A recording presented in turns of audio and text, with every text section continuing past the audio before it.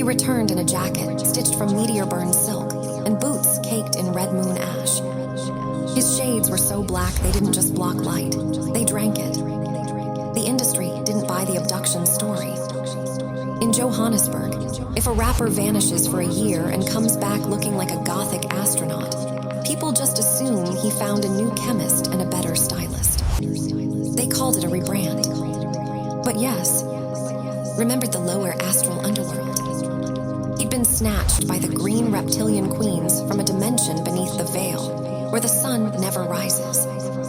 They pulled him out of a parking lot in Johannesburg while he was mid-verse, smoking a blunt under the Johannesburg heat. One blue fracture in reality later, he was gone.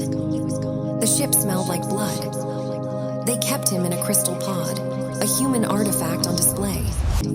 They were obsessed with Earths, rage, music, and Supertrap. To them, distorted bass wasn't just sound, it was a kinetic weapon. Yes, he hijacked the sound core and unleashed a frequency that made the ship's reality buckle. Gravity inverted. Doors melted. Yes, sprinted past dragon skull murals, dodged plasma spears, and slid into a scout pod. The Draconian commander, 7 feet of emerald scales and chrome armor, roared at him from the hangar. Earthboy, you belong to the dark side. Yes, kicked the ignition, his fingers trembling over bioluminescent controls. He spat a mouthful of blood and smirked. Nah, he rasped. I belong to the speakers. The pod tore through the vacuum like a bullet fired by a god. Yes, blacked out near the rings of Saturn and woke up in the wreckage of a smoking hull off the coast of South Africa. When he finally dragged himself into a neon-lit petrol station, the world was exactly the same, only smaller. On a cracked TV, the news was obsessed with the rap war between Yeet and Playboi Carti. The internet was tearing itself apart over one question: who is the king of rage? Yes, standing in a stolen trench coat that shimmered like oil on water, laughed until the cashier reached for a shotgun. They had no idea. He retreated to a basement studio in Johannesburg. He tried to be normal, but his eyes now flashed gold in the dark.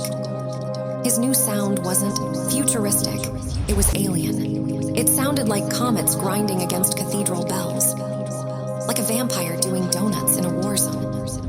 The aesthetic followed. He wore leather-dyed and Starship coolant and chrome fangs on heavy chains. The look was inspired by a warning label inside the scout pod. Vamp hazard. Do not expose 2 Blood Moon FREQ NCIS. The hoodies sold out in 90 seconds. The underground went feral. At illegal warehouse shows, yes, played tracks that caused nosebleeds. No interviews. No faces. Just cryptic visuals of satellite crashes and black roses in zero gravity. Then the snippet leaked. SDARVED in orbit. It was a sonic breach. The bass was so heavy, it felt like a physical weight on the chest. The internet collapsed. Is this a cardialt? Did Yeet go experimental? Yes, said nothing. Not until the night of the hangar show. The venue was an abandoned aircraft graveyard. The air was thick with the smell of leather and ozone. Thousands of kids in welding goggles and chrome belts waited in the red poolsing dark. Backstage, a producer whispered, "They're here." Both of M. Yes, nodded. He stepped onto the stage shirtless, his ribs mapped with jagged dragonclaw scars. He didn't greet the crowd. He didn't smile.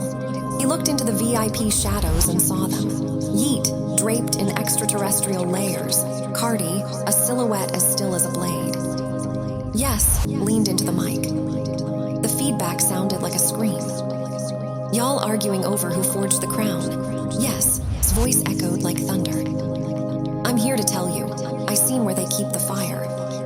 The beat dropped. It wasn't a concert, it was an abduction. The roof felt like it was peeling away. The crowd moved as one violent, thrashing organism. Tracks like Dragon SDEPS and King of No Planet tore through the speakers until the cones began to smoke. Then the real sirens started. They weren't part of the track.